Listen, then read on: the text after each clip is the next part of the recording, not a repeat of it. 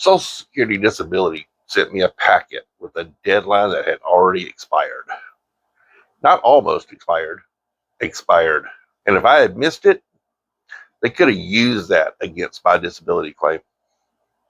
So if you're filing for disability or helping someone who is, pay close attention.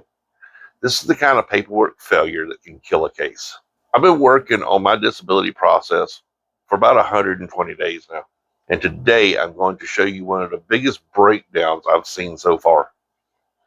I spent 38 years in industrial management and manufacturing. I managed plants for 20 years.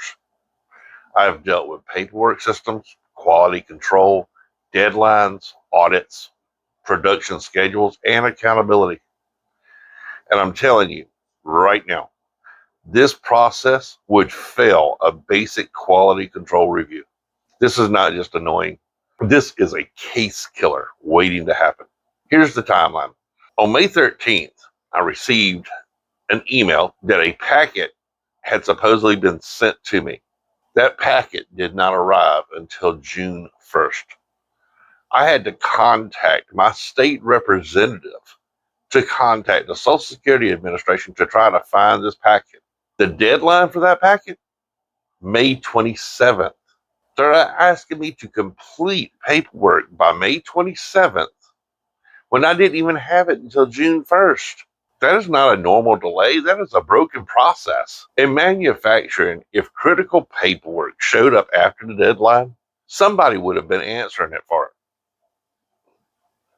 If my supply chain had had a 15-day lag on documents that could stop production, I would not have shrugged and say, that's just how the system works. No. But when it happens to you inside the disability system, suddenly the burden gets dumped on you. The person who is sick, tired, injured, and already overwhelmed. That's backwards. In a plant, we use standard operating procedures. We use checklists. We use sign-offs. We had corrective actions when someone failed. If paperwork was late, we asked why. If a deadline was missed, we asked who controlled the deadline. If a document disappeared, we tracked it. That is how real processes work. But when Social Security Disability feels like the applicant has become the quality department, the shipping department, the records department, and the customer service representative all at the same time, if you don't catch the mistake, you may be the one paying for it by losing the case or having your case closed or having to wait again. See, I did not accept the impossible deadline. I called, I pushed, I got a 10-day extension. That matters. That's how you do that. If you can't make the deadline, you logically see that you're not going to make the deadline, call. Tell them you can't do it. Demand the extension. If you receive paperwork late, do not sit there and hope it works out. Call. Document the call. Document the date, the time, who you spoke to. You need a paper trail because in this system, if you can't prove it, it may as well not have happened. Then it got worse. I hand delivered those completed forms to my local office. I did the legwork. I made sure the paperwork got where it needed to go. Then a few days later, I received a letter in the mail saying that they had not received the forms. The frustration level is hard to explain unless you've been through it. You feel like you're streaming into a void. You did what they asked. You turned in what they requested. You followed the exact process they laid out to you in the letters. Then the system turns around and acts like you didn't. So I called again, and I was told to disregard that letter because it was an automated process. Now listen to me very carefully. Do not casually disregard an official notice from the Social Security Administration that says your paperwork has not been received. I don't care if someone on the phone says it's only automated. Make them document it in the computer. If in my management career, if an official document said there was a deficiency and I told someone to ignore it without written proof, that would be a disaster waiting to happen. Treat that letter like a red tag on the production floor. Something is wrong until you prove that it is fixed. Then came the next packet. June the 10th, I received new forms. The same exact A3373-BK for me.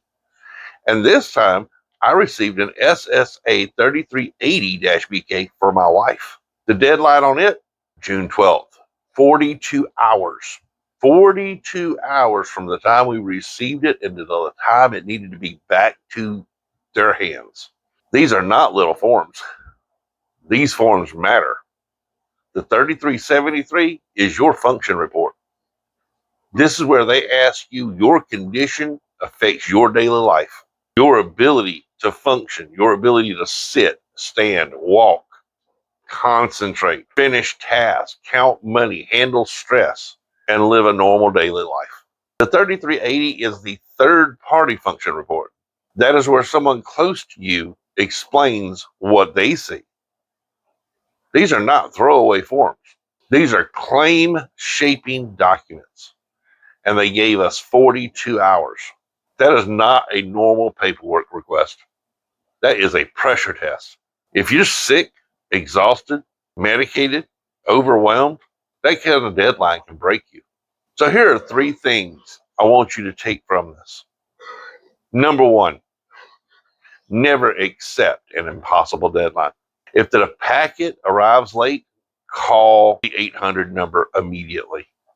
Ask for an extension. Document the call. Tell the person you're documenting the call. Get the name if possible. Write everything down. A 10-day extension may be the only thing that keeps your claim from getting damaged by a mailing delay that was not your fault. Number 2, do not ignore a not received letter. If you get a letter saying that they didn't receive your paperwork, treat it seriously.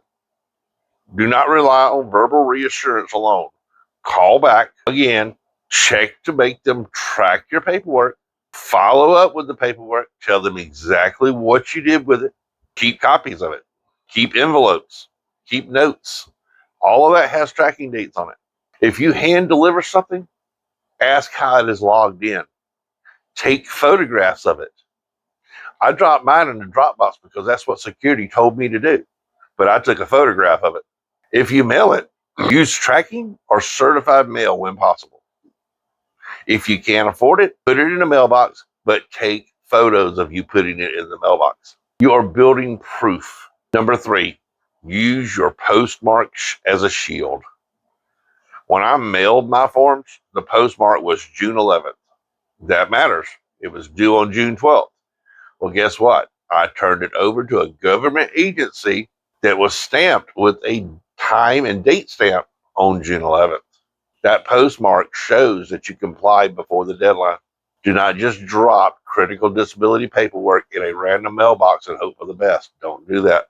Go to the counter, get the stamp, get the receipt, make the paper trail. Because when the system gets sloppy, your documentation may be the only thing protecting your claim. After 120 days and looking at another 80 days before they even make a decision on my claim, I'm tired of playing these games. I am not letting them win by default, and neither should you. If you're filing for Social Security disability, understand this clearly. You are not just filling out forms. You are protecting your claim. You are protecting your income. You are protecting your future. Treat it like a high stakes audit. Keep every letter, keep every envelope, write everything down every time you call. Make copies. That's another mistake that I made. I did not make copies.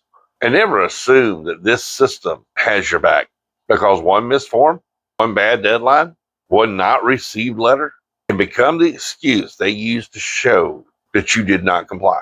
And they can deny your claim based on that. Stay on top of your paperwork.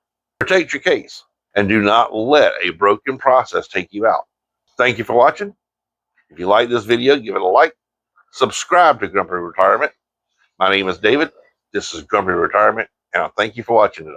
Have a great day.